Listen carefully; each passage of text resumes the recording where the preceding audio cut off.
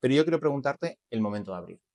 Tienes una oportunidad de negocio de apertura de clínica, pero luego también creo que te da la posibilidad, ¿no?, de coger un traspaso, ¿no? ¿Cómo es ese proceso? Y desde tu punto de vista, ¿crees que fue positivo, no positivo? Ahora que ya ha pasado, porque es un tema polémico y muchas veces sale, ¿no? Oye, ¿compro un traspaso a una clínica o me abro mi propia clínica? Ujú.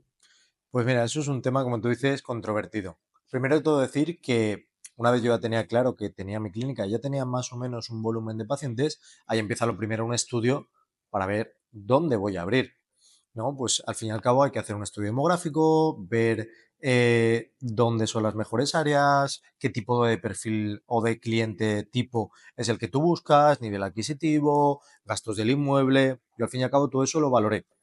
Y bueno, pues un poco la zona en la que al final abrimos se juntaban varias cosas que, digamos, a nivel adquisitivo podía permitírmelo, los locales no eran especialmente caros, yo ya, digamos, por vivir por esta zona tenía una clientela o tenía ya unos pacientes sobre este punto y luego al fin y al cabo yo vivía al lado, lo cual a nivel personal pues, era un punto positivo también, no te voy a mentir.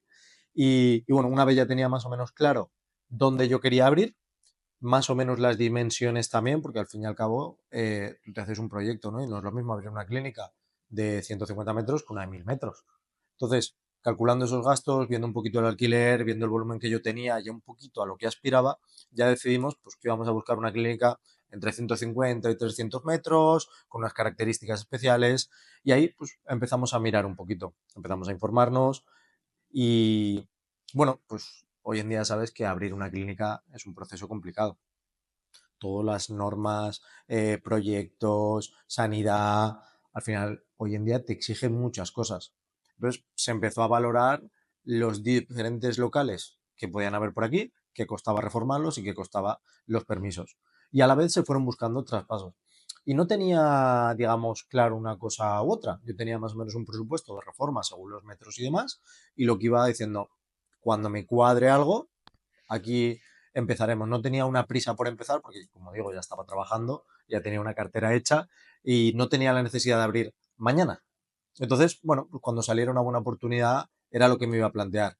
En este caso yo valoraba muy bien el tema del traspaso. Uno, por salud mental.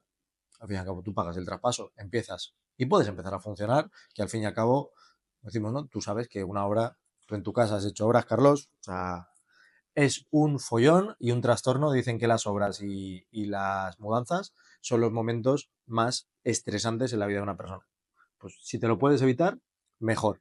Y luego, por otro lado, el tiempo. O sea, es decir, en el momento tú tienes un traspaso, al día siguiente puedes empezar a funcionar. Cuando tú empiezas con un proyecto de obra, a lo mejor estás 3 4 5 depende de la obra que hagas. Pues claro, eso también tienes que calcularlo como gasto, porque tú pagas un local, pagas una fianza, pagas un alquiler, a lo mejor te dejan un poco de carencia, pero oye, tú estás pagando ya un sitio y el tiempo corre. Y cuanto más tardes en abrir, más dinero estás perdiendo.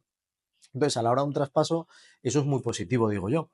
Y luego, por otro lado, también con los traspasos tenemos que las licencias sanitarias se traspasan también. Entonces, cuando tú tienes una obra, siempre puedes tener el problema de, oye, esto no cumple la normativa, aunque te hayan dicho que esto es así. Yo tengo el caso de un amigo odontólogo que le pasó que abrió en 2019 y al año le llegó un requerimiento del ayuntamiento. Mira, es que no cumple la normativa y vas a tener que hacer X reforma. Y ya estaba abierto, y ya estaba trabajando, y ya estaba funcionando, y en principio el proyecto que le habían hecho, la arquitecta le había dicho que cumplía la normativa, y resulta que no. Y otra vez, a desembolsar, y lo que había hecho, deshaz. Entonces, tú ya tienes el traspaso, a ti te dan el traspaso, te dan la licencia sanitaria, y ya cubres con tus necesidades.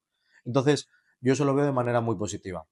Ahora bien, los traspasos no son tan sencillos porque tú te planteas unas cosas y obviamente la persona que te lo traspasa quiere sacar el mayor beneficio posible.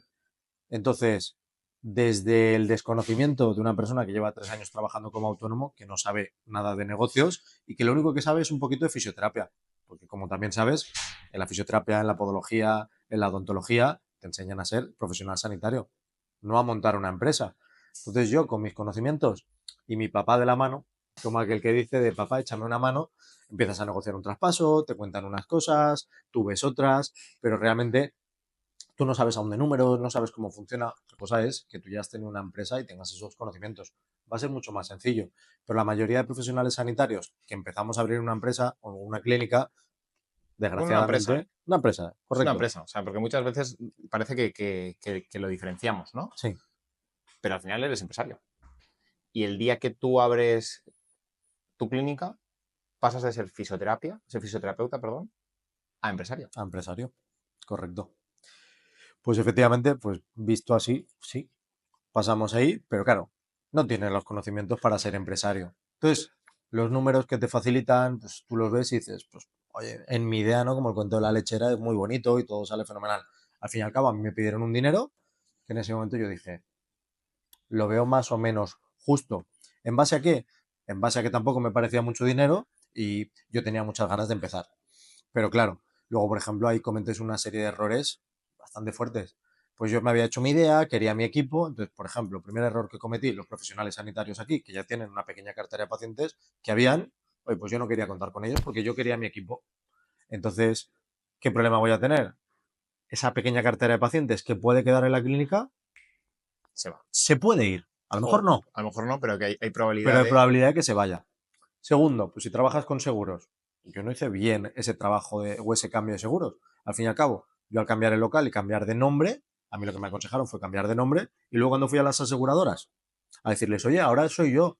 Ah, pero es que ya no sois la misma empresa. Entonces, claro, por poco volumen de pacientes que yo pudiera tener de los seguros también, eso lo perdí. La suerte, como te digo, ¿no? Que yo venía con mi propia cartera de pacientes, pero al final yo pagué un dinero por un traslado que Eso lo es que lo que... pagué fue la licencia, no la empresa.